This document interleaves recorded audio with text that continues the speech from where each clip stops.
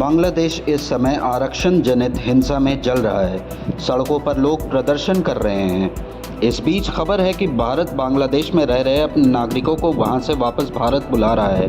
विदेश मंत्रालय की ओर से जारी एक रिपोर्ट के मुताबिक अब तक 4500 से ज़्यादा भारतीय छात्र बांग्लादेश से भारत वापस लौट आए हैं। उच्चायोग भारतीय नागरिकों की देश की सीमा में सुरक्षित यात्रा की व्यवस्था में लगा हुआ है। वहीं जितने लोग बांग्लादेश से भारत आए हैं उनमें नेपाल के 500, भूटान के 38 और मालदीव का एक छात्र शामिल है। गौरतलब है कि बांग्लादेश में भारतीय छात्रों की संख्या करीब 8000 है और उनमें से अधिकतर मेडिकल कॉलेज के छात्र हैं। अधिकतर छात्र त्रिपुरा के रास्ते भारत में प्रवेश की कोशिश कर रहे हैं। सीमा सुरक्षा बल पड़ोसी देश बांग्लादेश में मौजूद हिंसा को लेकर हाई अलर्ट पर है। बीएसएफ किसी भी स्थिति से निपटने के लिए तैयार है। गौरतलब है कि बांग्लादेश में आरक्षण विरोधी आंदोलन में अब तक 150 से अधिक लोग मारे गए हैं।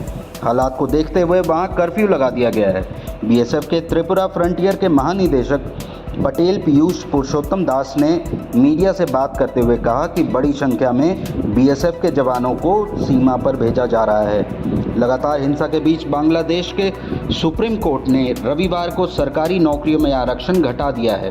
दरअसल 1971 में पाकिस्तान के खिलाफ बांग्लादेश के मुक्ति संग्राम में हिस्सा लेने वालों के परिजनों को सरकारी नौकरियों में 30% तक आरक्षण दिया जाता था।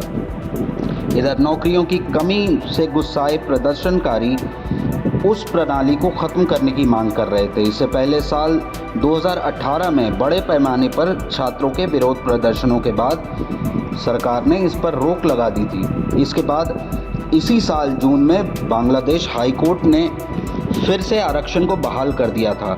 इसी से गुस्साए छात्रों ने विरोध प्रदर्शन शुरू कर दिया। बांग्लादेश सुप्रीम कोर्ट ने रविवार को अपने फैसले में कहा कि 93% सरकारी नौकरियां योग्यता आधारित प्रणाली के आधार पर आवंटित की जाएं। 5% 1971 में बांग्लादेश मुक्ति संग्राम में भाग लेने वालों के परिजनों तथा अन्य श्रेणियों के लिए 2% सीटें आरक्षित की जाएं।